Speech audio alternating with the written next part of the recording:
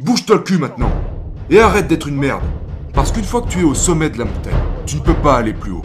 Parce qu'à l'autre bout de la souffrance, se trouve un monde que très peu de gens, très peu, ont déjà vu. La pire chose qui puisse arriver à n'importe quel être humain, c'est de devenir civilisé. Le seul moyen d'empêcher une machine de rouiller, c'est de la faire fonctionner. Et cette machine, c'est ton cerveau. Tu dois continuer à le défier, tous les jours. Je veux que vous réalisiez que cette vie est un grand jeu d'esprit. Et une fois que vous aurez appris à jouer à ce grand jeu d'esprit, ce n'est plus un jeu que vous jouez. C'est votre vie que vous vivez. Oh, t'es juste un peu plus gros. Non, mon gars, t'es obèse.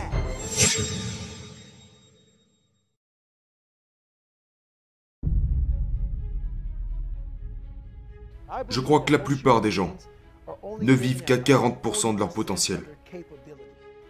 Donc, l'esprit nous impose des limites, comme une voiture. Si tu conduis une voiture, la voiture a un limiteur de vitesse. La voiture pourrait aller à 200 km/h. Mais le limiteur de vitesse pourrait être réglé à 150 km/h. Une fois que le limiteur de vitesse est réglé sur 150 km/h, la voiture veut y aller. La voiture veut y aller, mais ce foutu limiteur de vitesse lui dit 1-1. La limite c'est 150. Nous avons en fait un limiteur dans notre cerveau. Et c'est un mécanisme de survie. Il nous protège de la douleur et de la souffrance. À la seconde où nous atteignons cette limite, notre esprit nous dit « Oh non, c'est pas marrant, nous devons faire demi-tour. Nous devons nous asseoir et chercher quelque chose de plus confortable. » C'est un truc de l'esprit. L'esprit a l'avantage tactique sur vous. Tout le temps. À chaque moment de ta vie, l'esprit a une longueur d'avance sur toi. Pourquoi? Parce qu'il sait de quoi t'as peur. Il connaît tes insécurités, tous tes points faibles. Et il fera en sorte de te tenir à l'écart de ces merdes. Il te poussera dans cette direction, qui est confortable. L'esprit contrôle tout. Donc ce que j'ai réalisé, c'est que quand je grandissais jusqu'à ce que je fasse 134 kilos, que j'étais gros et que j'avais toutes ces insécurités, j'ai réalisé que mon esprit m'avait guidé dans cette direction. Quand les choses sont devenues inconfortables pour moi, quand j'ai fait face à mes insécurités, quand j'ai fait face à mes peurs, mon esprit m'a dit « Oh non, j'ai l'avantage sur toi. Je vais te séparer de ce sentiment qui te pousse. » Et tout est à propos de ça. Nous voulons nous sentir bien. Nous ne voulons pas nous sentir mal. Genre, qu'est-ce que je fous là? Et quand tu ne peux pas répondre à ce genre de questions, t'abandonnes. J'ai commencé à réaliser que, si à ce moment, je peux répondre à ces foutues questions, et que je suis au contrôle de mon cerveau, au lieu d'être contrôlé par lui, c'est à ce moment que ce truc apparaît. Donc la règle des 40%, c'est ça. Quand vous êtes à 40%, votre cerveau dit « Terminé. On s'arrête maintenant parce que ça va devenir douloureux et inconfortable. » Donc vous arrêtez. Vous devez trouver des moyens. Et c'est différent pour tout le monde. C'est de ça dont parle le livre. Genre, on a tous déjà vu, tu sais, 5 étapes pour ceci, 4 étapes pour cela, c'est beaucoup plus que ça. C'est des conneries. C'est une pratique qu'il faut, c'est des habitudes. Donc, si tu sais qu'à 40%, genre, à 40% la douleur commence à apparaître, c'est là que ça devient inconfortable. C'est là que la règle des 40% entre en jeu. Maintenant ça commence. Je ressens la douleur. Mon esprit commence à me dissuader. Il me dit, sors d'ici. Arrête-toi, fais demi-tour. Il va dire, on s'arrête là. On n'est pas assez bon. L'esprit commence à vous dire toutes ces choses. Et vous commencez à le croire.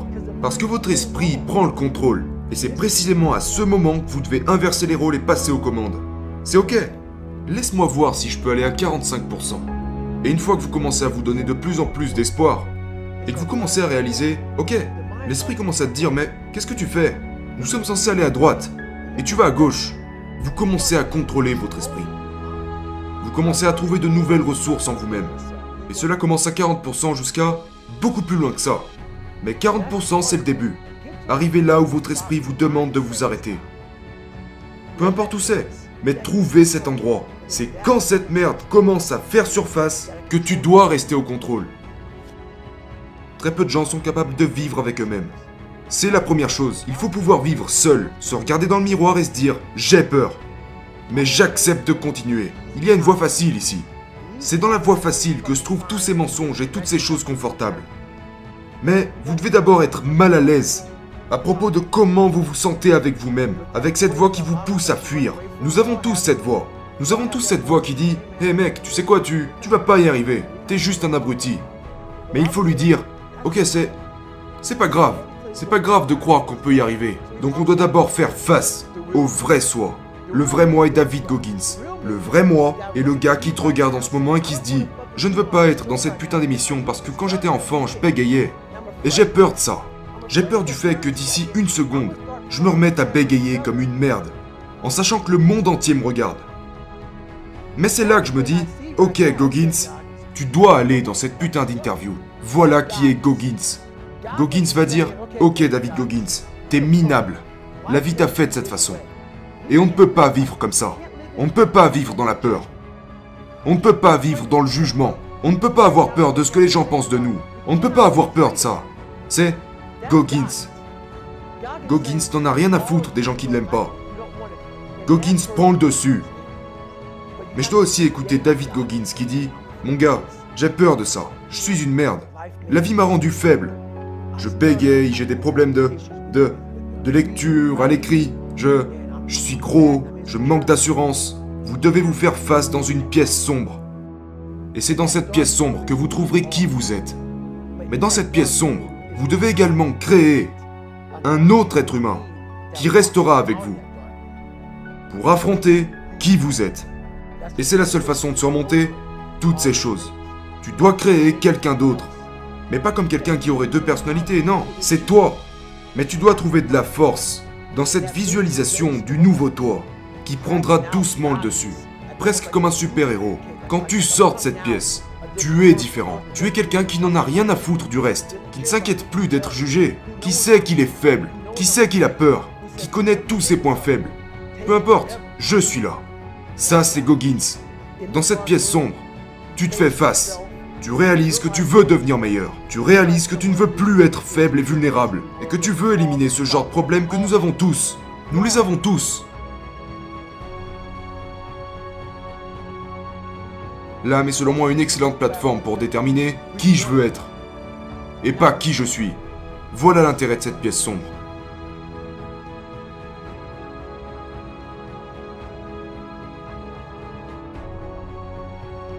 Je me suis regardé dans le miroir. Et ce que j'ai vu dans ce miroir a révélé beaucoup de mauvaises choses. Beaucoup de choses que j'essayais de cacher derrière une apparence. Je me regardais dans ce miroir en me disant « Mon Dieu mec, vraiment, tu crains. T'as créé un personnage. Ce n'était pas moi. Ce n'était pas qui j'étais à l'intérieur. Mais j'avais peur que quelqu'un découvre qui j'étais à l'intérieur. Donc, dans ce que j'appelle le miroir de responsabilité, j'ai vu qui j'étais vraiment. J'avais un niveau de lecture de 3e année. Et c'est quelque chose de difficile à admettre quand t'es au lycée, quand t'as traversé toutes ces années en copiant sur les autres. J'étais stupide. Les gens disaient « Oh, mais il a juste quelques troubles d'apprentissage ». Mais j'ai réalisé qu'ils se trompaient et qu'en réalité, j'étais feignant. Alors, je me suis traité moi-même de feignant. Je me suis traité de toutes les façons possibles. Je me suis appelé... J'étais juste honnête. J'étais honnête. Regarde-toi, mec. Regarde-toi. Ce jour-là, je suis devenu honnête avec moi-même. Chaque jour, je me regardais en face dans ce miroir. Je l'ai appelé le miroir de responsabilité. Qu'est-ce que je peux faire aujourd'hui pour changer ce que je vois dans ce miroir? Qu'est-ce que je vais faire aujourd'hui? Et en quelque sorte, j'ai arrêté de traîner avec ces mecs cool. J'ai enfilé un short pour aller à l'école en me disant « C'est ça que je porte maintenant. Et si ça te plaît pas, c'est pas mon problème. » Je devais absolument construire cette enveloppe supplémentaire. J'ai dû développer cette corne sur la totalité de mon corps pour résister à toutes ces moqueries et ces surnoms. Au fil du temps, je suis devenu gros et je suis revenu face à ce miroir. J'ai dit « Maintenant tu vas t'appeler comme ça, parce que je suis gros. » Et les gens ne veulent pas faire ça. Ils veulent qu'on leur dise « Oh, mais t'appelles pas comme ça, t'es pas gros. Ne dis pas que tu es stupide. Si tu ne te définis pas comme le vrai enculé que tu es, rien ne changera.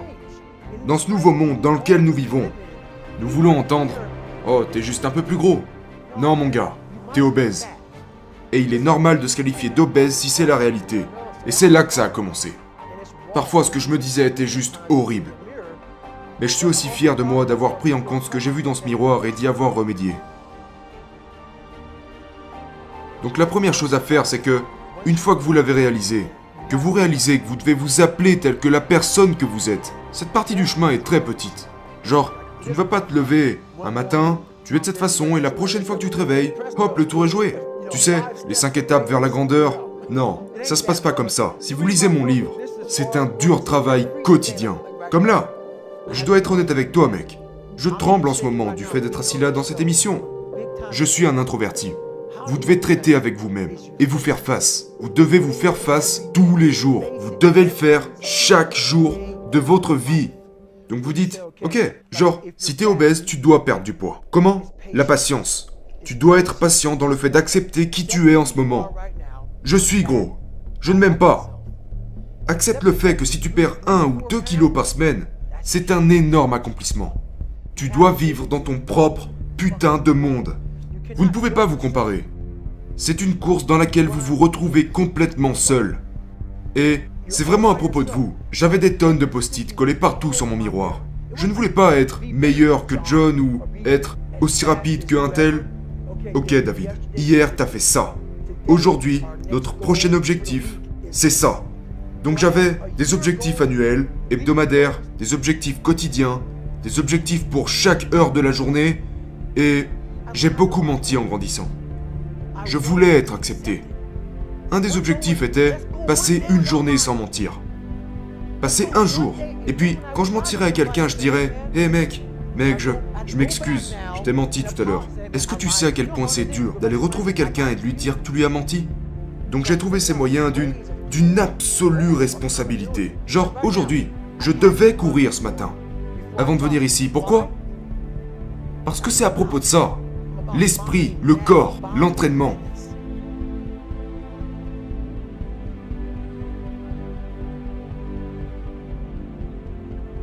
Les gens disent tellement de la merde. Genre, hey, je vais changer de vie, je vais faire ci, je vais faire ça. Es-tu responsable de ce que tu fais?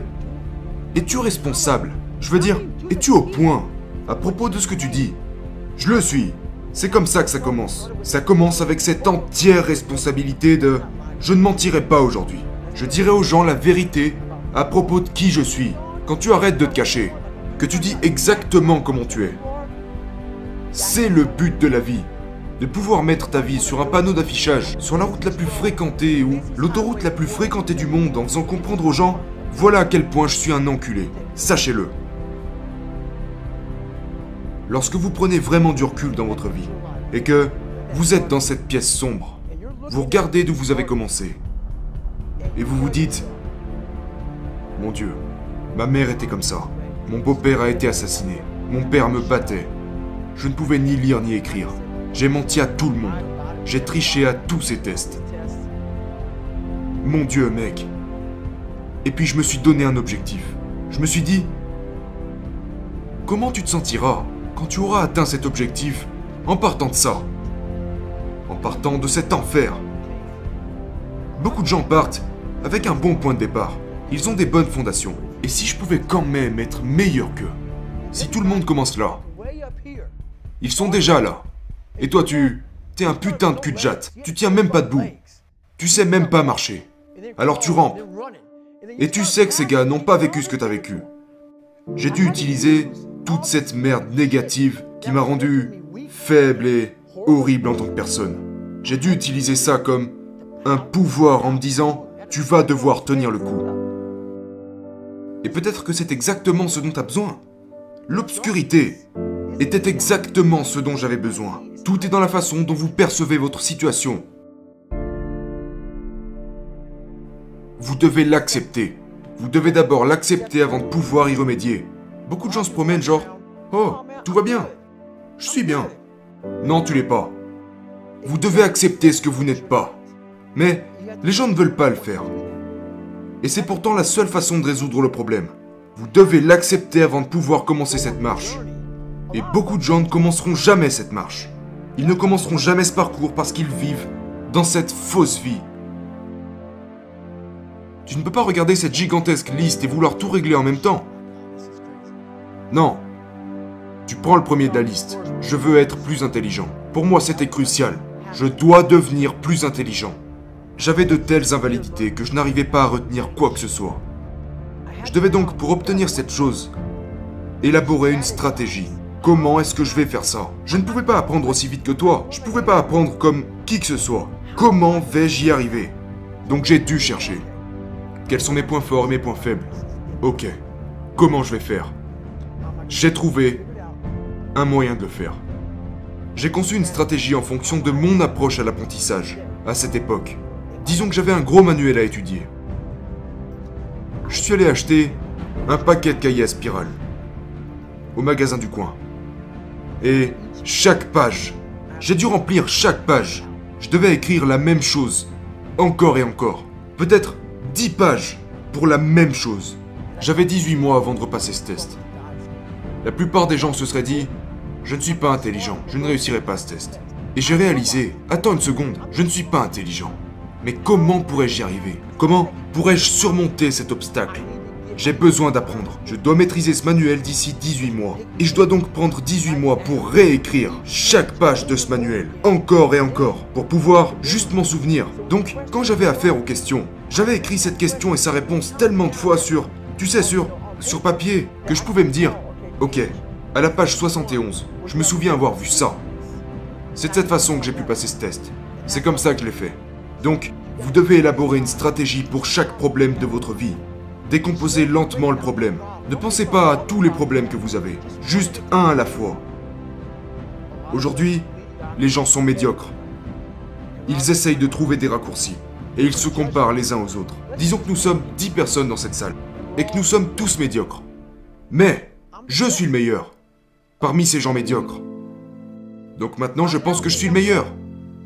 Je suis le meilleur. Nous nous entourons de gens qui nous font nous sentir bien, qui nous disent ce que nous voulons entendre. À la seconde où nous nous rapprochons de gens hors du commun, nous n'aimons pas ce sentiment. Nous ne voulons pas nous entourer de gens qui se lèvent à 3h30 du matin et qui nous réveillent en nous disant « Hey, bouge-toi le cul, on va courir !» On n'aime pas la difficulté. On veut s'entourer de personnes qui nous disent quand on se sent pas bien « Oh, c'est pas grave mec, prends un jour de congé. On va prendre une pizza et regarder un match. » Nous aimons ça. Nous aimons ce sentiment. Pourquoi? Parce que, tu comprends, c'est suffisant, nous sommes bons mec. Je ne veux pas ça. Moi, je veux qu'un enculé vienne me dire « Non, mon gars, ça suffit. Bouge-toi le cul maintenant. Et arrête d'être une merde. » Personne veut ça. On ne veut pas de cette personne qui remet constamment en question nos faiblesses. On veut cette personne qui, tu sais, fait en sorte qu'on se sente bien et en sécurité. Ça, c'est la médiocrité. Nous voulons être les meilleurs parmi les gens moyens. Les gens me demandent « Comment tu restes motivé tout le temps ?» Eh bien, après avoir accompli quelque chose, je ne vais pas m'asseoir comme beaucoup de gens diplômés. Ouais, je suis diplômé ici, je suis diplômé là-bas. Ils se sentent à l'aise. Et puis ils se demandent, mais pourquoi je deviens faible? Je ne veux pas perdre tout ce que j'ai. Ce qui se passe, c'est que, une fois que tu as atteint le sommet de cette putain de montagne, devine ce qui se passe. Bah, c'est bon. Tu te sens bien maintenant, alors pourquoi redescendre? Parce qu'une fois que tu es au sommet de la montagne, tu ne peux pas aller plus haut. C'est ça la médiocrité. Il y a beaucoup de gens dans la médiocrité qui ont un joli diplôme. Mais c'est tout. Ils ont conclu un bon deal, ils ont un jour gagné beaucoup d'argent. Ils pensent qu'ils sont bons. Ils sont médiocres. Qu'est-ce que tu comptes faire aujourd'hui, demain et après-demain? C'est pourquoi je n'écoute pas les théoriciens. Je n'écoute pas toutes ces conneries. Je veux être le gars qui... Qu'est-ce qui va pas? Je suis fatigué. Pourquoi je suis fatigué? Parce que demain, je vais refaire la même merde une fois de plus. Peu importe ce que c'est. Peu importe si ça me donne la nausée, que je suis malade, que ça me fait mal. Ça ne s'arrête pas. Et c'est la personne que j'ai décidé de devenir. Une personne qui a acquis des connaissances. Qui a acquis des connaissances par la souffrance. Parce qu'à l'autre bout de la souffrance, se trouve un monde que très peu de gens, très peu, ont déjà vu. C'est un monde magnifique. Parce que c'est là que tu découvres qui tu es. Et tu ne le trouveras pas ailleurs. Tu le trouveras à l'opposé de... Comme pendant ma course de 160 km où j'ai couru pendant 24 heures. Là, je me suis trouvé. À l'autre bout de cette putain de course. À la fin de ces 19 heures, j'ai vu... Wow. Il y a un autre monde là-bas. Que je n'avais jamais vu. Qui est dans mon esprit. Et voilà le problème de la médiocrité. Elle est contagieuse.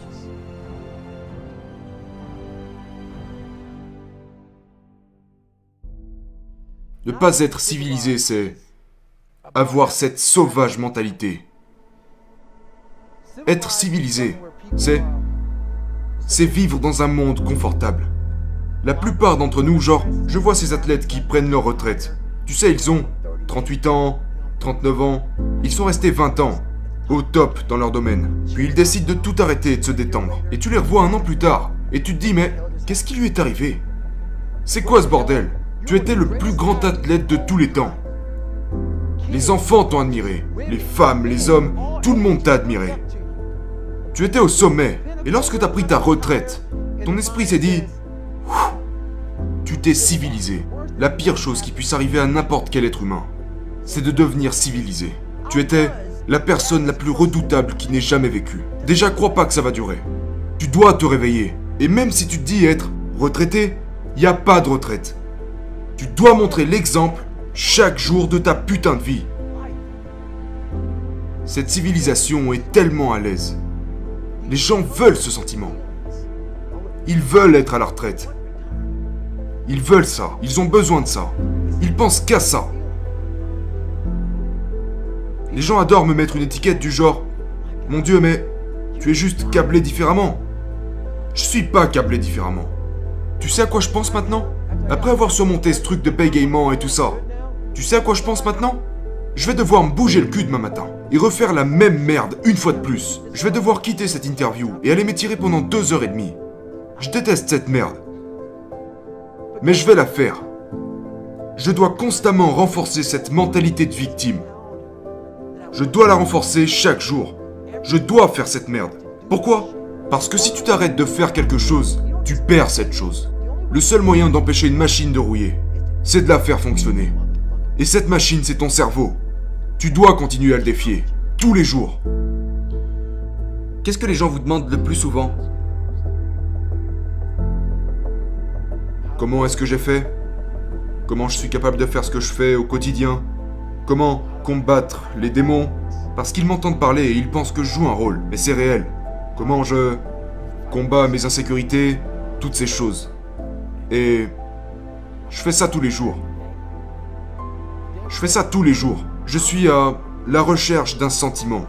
Je ne suis pas à la recherche d'un trophée. Je ne suis pas à la recherche de l'amour. Je ne cherche pas plus d'abonnés sur Instagram ou sur les réseaux en général. Quand j'ai commencé ce voyage, il y a des années, j'ai réalisé que je voulais devenir quelqu'un. Quelqu'un à la recherche d'un sentiment. Un vrai sentiment de victoire. Pour moi. Et seulement pour moi. À la seconde où j'ai fait taire le monde entier, j'ai réalisé qu'en réalité, j'étais seul dans ce monde. Je me bats dans cette course. Seul. Personne ne connaît la vérité. À propos de ce que j'ai vraiment fait. Je m'en fous si quelqu'un le sait. Je me fous que les gens comprennent. Je suis un introverti. Toute ma vie, j'ai été un introverti. Et j'aime ça à propos de moi. C'est ce qui me sert de carburant. Je me considérais comme la personne la plus faible de la planète Terre. Mon but, dans ma vie, était de devenir l'homme le plus dur qui n'ait jamais existé.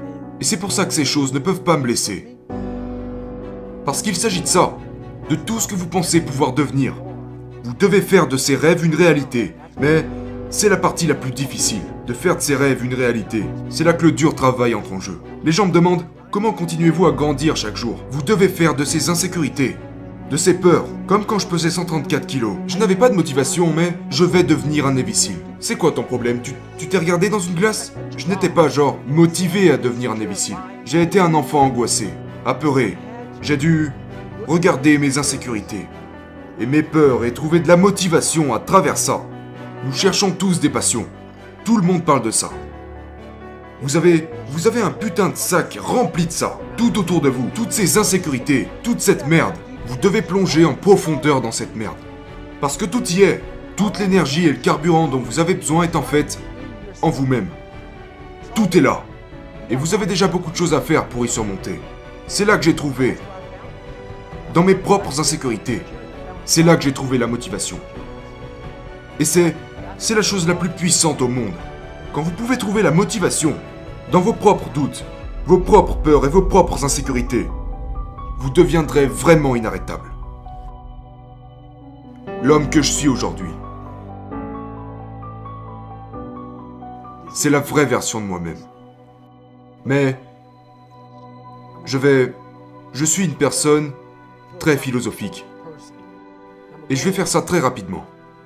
Je crois à une force supérieure. Je ne connais pas son nom, je ne sais pas d'où elle vient ni quoi que ce soit. Disons qu'il y a un homme là-haut. ou une femme, ou peu importe. Et il a un tableau. Et quand est né, il écrit David Goggins. Né le 17 février 1975, à 6 h du matin. Et il écrit ma vie depuis là-haut, puisqu'il peut tout voir. Mais il sait aussi ce que je suis censé être. Il sait qui je suis censé devenir. Tu meurs, et t'arrives au soi-disant paradis. T'arrives au paradis, tu fais 134 kilos. Retraité en tant qu'exterminateur de cafards. Ok, très bien, c'est juste un travail, peu importe. Je monte là-haut, et Dieu me regarde et me donne ce tableau. Sur ce tableau, il est écrit que j'étais censé devenir un Navy SEAL. Que j'étais censé faire 83 kilos. Que j'étais censé devenir l'homme le plus résistant de la planète Terre. Tout ça. Mais maintenant t'es au paradis, c'est terminé et t'es comme... Mon Dieu, j'étais censé vivre cette vie. J'étais censé vivre cette vie. Et ensuite tu réalises que la raison pour laquelle nous espérons, nous prions, nous faisons ci et ça, ne fonctionne pas. Parce que tout ce qui est censé arriver n'arrivera pas par magie. Non. Je crois que mon travail sur Terre est de surpasser tout ce qui est dit sur ce tableau. Je veux en trouver davantage. Tout ce que je pourrais. Et c'est dans ce putain de sac que tu dois plonger pour en trouver plus. Parce que si tu ne veux pas y aller et te faire face, tu ne trouveras rien. Mon gars, si tu veux vivre en surface, vis en surface. Mais si après la mort, il y a un endroit où aller, un jugement, tu pourrais y aller et voir un tableau. Et sur ce tableau, il y a le putain de battant que tu aurais dû être. Et maintenant, tu vas devoir passer le reste de ton existence à penser à ça, genre, j'aurais pu vivre une vie bien meilleure. Et si j'avais juste souffert un peu plus? Et si j'étais allé dans cette merde, en réalisant que je pouvais en faire tellement plus, dépasser mes peurs et les 40%. À la place, j'ai succombé à mes peurs. Et je me suis arrêté. C'est pourquoi j'utilise beaucoup la visualisation. Je fais en sorte que cet autre monde, après peut-être qu'il n'existe pas, pour moi il existe. Pour moi il existe. Et je me surpasse tous les jours. Et pour le faire, tu dois trouver les bons outils. Et moi, c'est cet outil que j'utilise. C'est en ça que ça consiste. Vous êtes votre plus grand ennemi. Votre plus grand... La conversation la plus importante que vous aurez de toute votre vie. C'est celle que vous aurez avec vous-même. Vous vous réveillez avec. Vous marchez avec. Vous vous couchez avec. Et vous finirez par agir en accord avec. Qu'elle soit bonne ou mauvaise. Vous devez... C'est la chose qui revient le plus souvent dans le livre. C'est à propos de vous. C'est à propos de vous. Il s'agit strictement de trouver qui vous êtes. Tellement de gens meurent jusqu'à 100 ans sans jamais trouver qui ils sont. Ils se sont jamais trouvés. Vous devez vous regarder dans ce miroir et reconnaître que il y a tellement plus à faire. J'aurais littéralement pu être un gars de 134 kilos en train de pulvériser des cafards. Encore aujourd'hui. Et si je ne m'étais pas regardé dans ce miroir en me disant il doit y en avoir plus que ça, je ne serais pas ici. Je suis allé profondément en moi et j'ai donné tout ce que j'avais pour me trouver. Donc c'est vraiment de ça que je parle. J'ai travaillé sur moi-même. Si dur que je suis devenu une personne qui a enterré son ancienne version d'elle-même pour se trouver là aujourd'hui. Il ne s'agit pas de lire un livre d'un théoricien ou... Il s'agit de durement travailler sur soi-même et de dire « Je ne sais pas comment je vais faire ça. Mais je sais que pour aller de l'autre côté, je dois grandir à travers de vrais efforts. » Et je l'ai fait. Avec une vraie volonté. Et très peu de gens sauront ce que ça fait. Très peu. Quel impact souhaitez-vous avoir dans le monde? L'impact que je veux avoir dans le monde est que chacun puisse se faire face. Je veux avoir ce genre d'impact. Tu peux aller à la télévision. Tu peux mettre ta vie sur un panneau d'affichage. Tu n'as pas honte de qui tu es. Tu n'as pas honte de ce que la vie t'a fait. Peut-être que tu as contribué à ce que ça t'arrive. Toute cette merde qui s'est rassemblée sur toi. T'en prends la responsabilité. Tu réalises que nous sommes tous paumés. Et arrête de te comparer à d'autres gens aussi paumés que toi, qui l'ont juste un peu mieux caché. C'est tout ce qu'ils font. Ils arrivent juste mieux à le camoufler que vous. et il le retourne sur vous en disant que vous êtes paumé. Je veux que vous réalisiez que cette vie est un grand jeu d'esprit. Et une fois que vous aurez appris à jouer à ce grand jeu d'esprit, ce n'est plus un jeu que vous jouez. C'est votre vie que vous vivez.